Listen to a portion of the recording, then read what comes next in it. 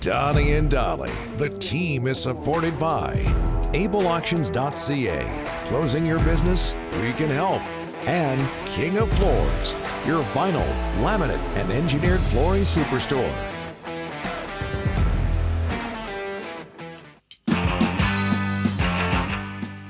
That's what I'm talking about.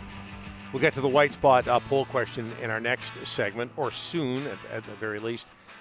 Meanwhile, it is, what day is it today? Wednesday. Here we go. I got this wrong yesterday. You rip me all the time for not being prepared, and you don't know what day it is? Do you know what's going on in my life? Yeah. Your life is Hey, you got so an hour? easy. You got an hour? For one thing, I have to deal with my lack of hair, so there's that. And bad tie. All of our guests today are sponsored by the O's marketing team at Royal LePage. They will find your next home in Nanaimo, Nanoose Bay, Parksville, and Qualicum Beach. Find out more at wearerealestate.com. As we're joined now in the wake of a 5-0 Canuck loss last night in Winnipeg by Jeff Paterson. How are you, sir? I'm good, Donnie. Two really quick things. One is those guys giving you a hard time about your hair. Ryan's awfully cocky for a guy who just turned 30, wears a baseball cap every single day. Thank you. Like, he better be careful. Like, just keep the receipts here and check back in like 10 years. The other one was I heard you talking about the VW camper van. Grew up in a family. We have a family of 4 kids and my parents. They were not hippies, but we had a Volkswagen van for a bunch of years. I don't know why we had a Volkswagen van, but I think back fondly on my time growing up in a Volkswagen van where when it was in full flight down the highway, like the kids were all walking around inside the van. We'd walk up to the front in between like the things they did then that you just would never and could never do today. No seat belts, parents smoking, all of that. Yeah, I think we grew up the same way. My brother used to collect them and sell them. He'd refurbish them and collect them. I think at one point he had 3 in our driveway. Really went over big with my dad. All right, Jeff, 5-0 Canucks lose to the Jets. I know it's a lost season, but did you have a problem with the Canucks' compete level last night?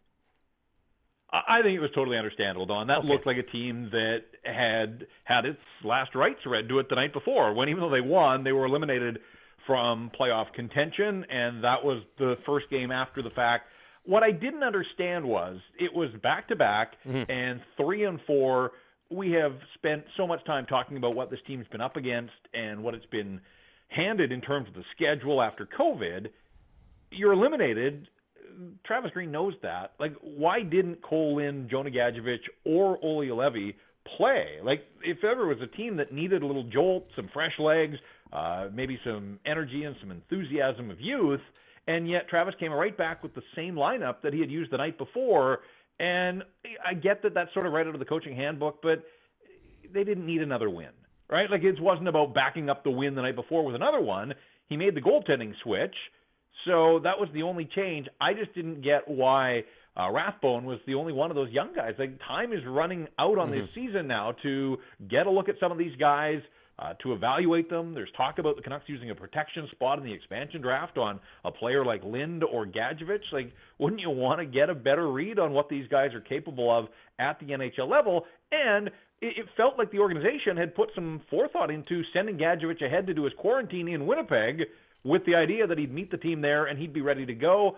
I sort of understood Monday to get a skate in with the team, but I thought for sure that they would have gone with a little bit of a youth movement in the rematch last night. So I didn't get that, but that was dreadful to watch. And unfortunately, I think it sort of sets the tone for the final 5 here, 4 against Calgary, the 1 against Edmonton. And it's so obvious the NHL is trying to sweep those things under the rug by playing them. 3 of the final 5 are being played at 1 o'clock in the afternoon. Hey, Jeff, I want to stick with you, Levy, and the fact that he can't get in the lineup. Do you see an everyday NHL defenseman here, Jeff, or do you not see an everyday NHL defenseman? Because right now he should not be a healthy scratch at this point in his career. Yeah, like last night felt like a night to sit Alex Edler down. He doesn't need to play back-to-back at this stage of the season or his career.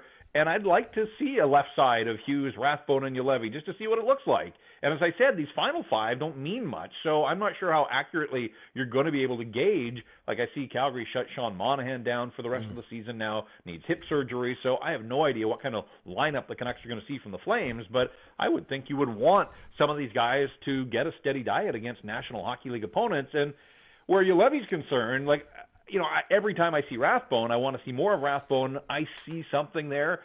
I haven't seen that with Juolevi. Like, I don't get excited watching old Juolevi. I still can't really figure out where his ceiling is despite where he was drafted. And, I don't know if he's capable of stepping in next year and giving you the sort of service that Alex Edler has in tough minutes, penalty killing, puck battles, those types of things. I'm not sure. And there really isn't much of an excitement factor around Olli Juolevi. Like, if he is going to be a National Hockey Leaguer, it sort of seems like he would be a third pairing guy. Why wouldn't you test him? Like, the Jets have a bunch of good forwards that can be a handful. You saw that last night. I thought last night would have been a perfect opportunity to get Olli Juolevi back in the lineup. Are you surprised this Travis Green extension is going down to the wire, 11th hour, it seems like? It is such a mud puddle, the whole situation. And, I don't even know what to think a lot of days anymore. My sense is that we'll get resolution to this within 48 hours after the Canucks season is done. Like, if Travis Green isn't going to be back, I don't see a long negotiating period once the season is done. There are all these openings now, including the Rangers today. If you're Travis Green and the team isn't going to make you the offer you're looking for, I would want to go. And you saw Rick Tocchet and you saw John Tortorella, both have the freedom to shop themselves in the market. I would think Travis Green would want that same thing before some of these coaching jobs get filled up. So I heard you in the last segment, Rick, and I believe you. Like, every conversation I've had with Travis, I take him at face value. He said it again yesterday. Yeah. He wants to be here. He wants to finish what he started. He wants to work with Paterson and Hughes and Besser. And there is a core group there. But he's been put through the ringer, and it's been a tough year for everybody. And I thought it was really interesting to hear him talk yesterday. You played the one clip. The other clip that jumped out at me was where he talked about how, yes, it's been a challenge, but he's a better coach because of all this. And that really kind of sounded like a guy signaling to the rest of the NHL, like, if you're looking in on this disaster of a season here for the Vancouver Canucks, just know that as a coach, I feel like I have developed, I've grown, I'm better now than I was. I'm ready to be your guy if you've got an opening. So I don't know. Like, I just thought the timing was interesting that, Travis sort of poured out his heart yesterday, the day after that they've been mathematically eliminated. Maybe he had been waiting for that moment to say a few things. The other one was where he mentioned Jim by name and no mention of ownership whatsoever, and that just really felt to me like a comment that basically was putting his situation right at the foot of ownership and saying, look, here's what I think. The GM has said what he thinks. Why can't we get a deal done? Everybody seems to be liking Graovac in the last week or so. And he was such a late signing, Jeff, last year, like really, really late. He was a signing.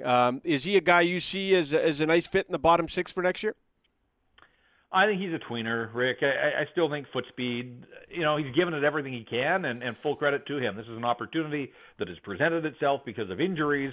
If there weren't so many injuries, I don't think he would have been playing nearly as much as he has. But, I admire guys like that. They get their chance, and he's trying his best.